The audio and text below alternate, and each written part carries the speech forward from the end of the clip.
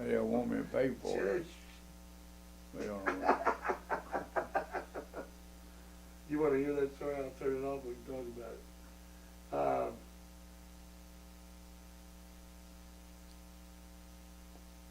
You sent some pictures to Copeland in D.C. in Yeah. '71. You left the 4th Battalion Armor Training School to go to the 13th Battalion USATC. Yeah, I was Sergeant Major of 13th Battalion. That was a training battalion, training the trainees. Okay, and that's under what division? The 26th? No, that's at Fort Ross. That was at Fort Knox. That's the basic training outfit. Okay. What's the story on the pictures you sent to Copeland? Do you remember them? No, No? probably something he wanted. Alright. You received a letter of thanks from Infantry Sergeant Major Philip N. Arboleda regarding his seeing the NCOs in actions as they related to ROTC. Right. You want to explain that a little bit? We just trained the ROTC, at, and also at the Armor School in Fort Knox. We also trained the ROTC cadets. These are high school students. Right. Do you know if any of those guys followed you in or end up going full time? Do what? Do you know if any of your students or those students went full time and came through your? Yeah, I was the at first sergeant and sergeant major at OCS brigade for armor at Fort Knox, and a lot of them that I knew before. They were all right. They was all good young soldiers, Right. and they got promoted to second lieutenant. And jumped right The in. ones that passed. Okay. It was 22 weeks. Another little note. This goes to 1989. You received a letter. I guess you sent a letter to Mitch McConnell, Right. and he sent a letter back regarding base closings and what he was going to do about that. Base closing, yeah. Yeah, this is in '89. This is probably under Clinton years. Right. He said that he would try to keep Fort Knox built up going. So, do you think he was successful in that, or do you think it was? I'd say they've been very successful. Yeah. They got an old one going on now, and everybody's losing troops. They're cutting the army down to 440,000. Lord knows what they're going to do with the Navy and Marines and Air Force. They're cutting them down, and they shouldn't be cutting their own forces. They should be increasing it.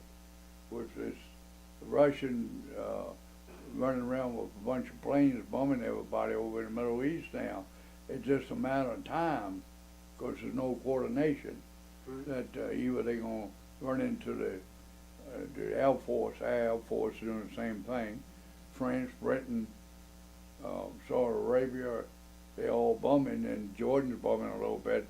First thing you know, they're going to end up with conflict. They are. Something's going to crash. Right.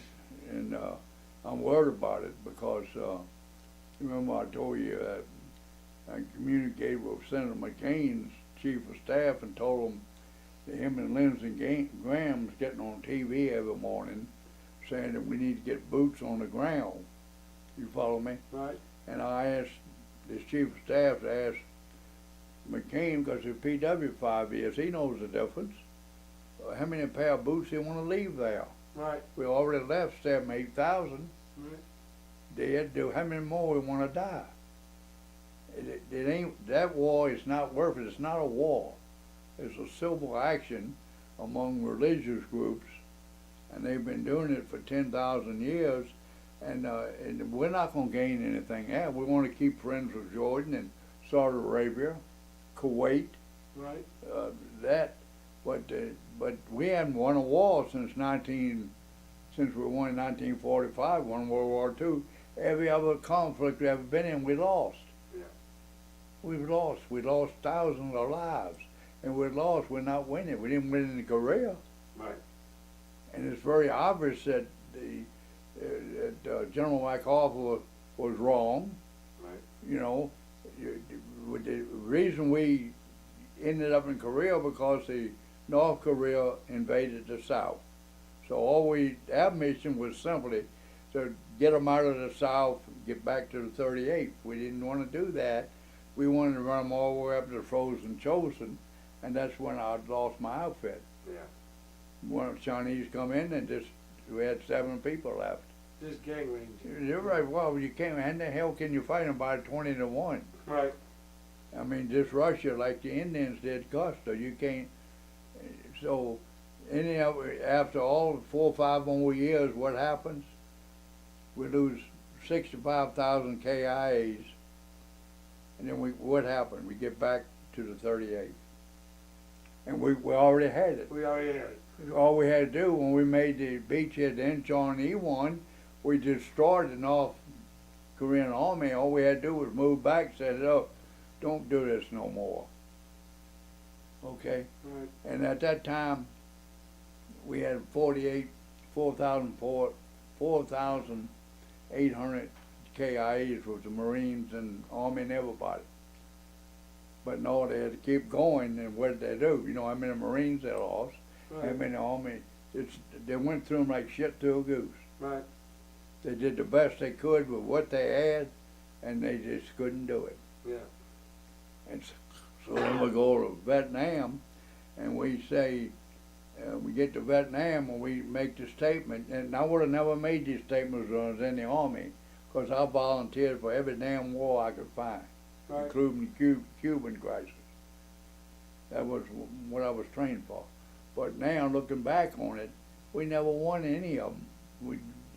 We dash over in Vietnam, you said, if we don't stop the communists there, they'll be in the United States. Well, it's a bunch of bullshit, but I believe it at the time. Right. But we ain't stopped nothing. Hell, the communists got all of Vietnam, and what are they doing now? We're trading.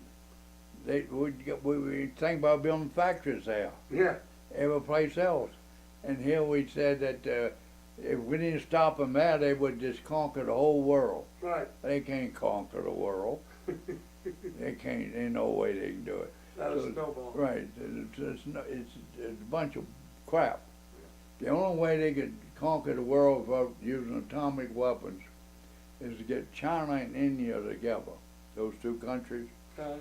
And they don't need no weapons. Just had to land them in California and Florida, and then just go through the United States, choke everybody to death. We got billions. War of attrition. Oh hell, they're outnumbering you already 1,000-1. Those 2 countries. Right. They can just land on ships. They don't need to fire a shot.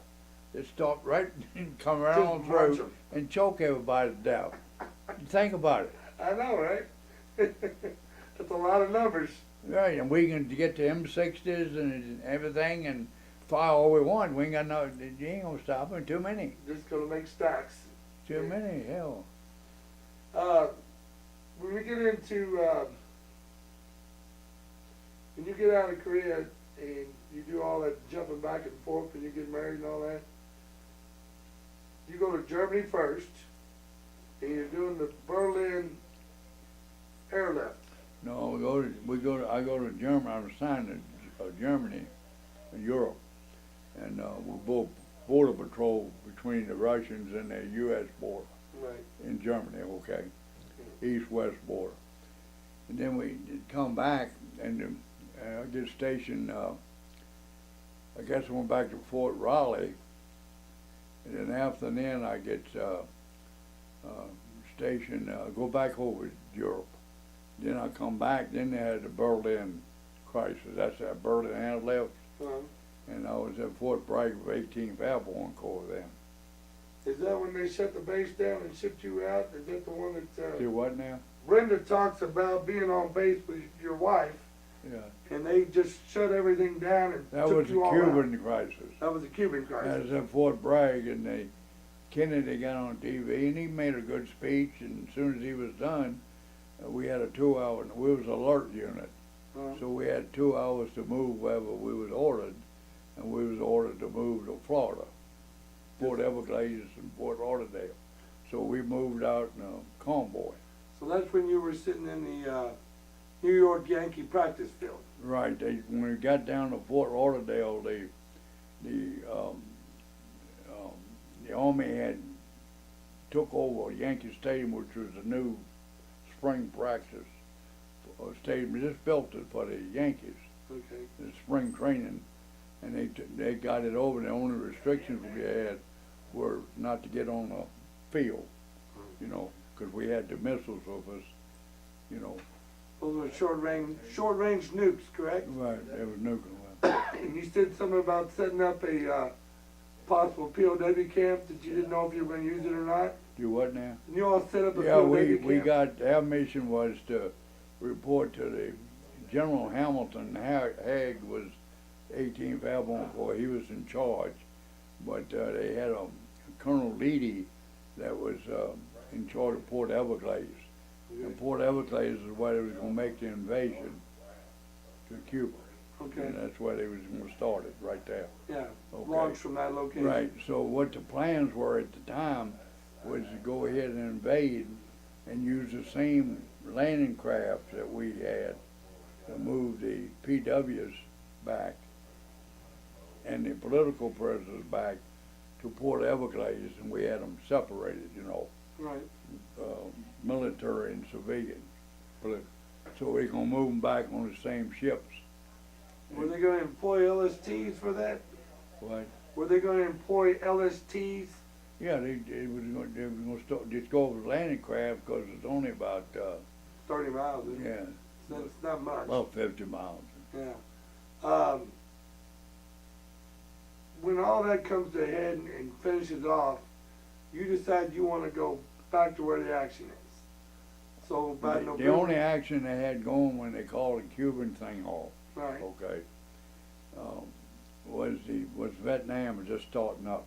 That Right. was 63 and 64. But you had to make a phone call to somebody to I get called hooked this, up with that. yeah, this Brigadier General Ross, and he ended up making 4 stars, but he was the president of the Army Association of the States Army for the 8th Division, and now as being an NCO, I was his assistant, Okay. you know.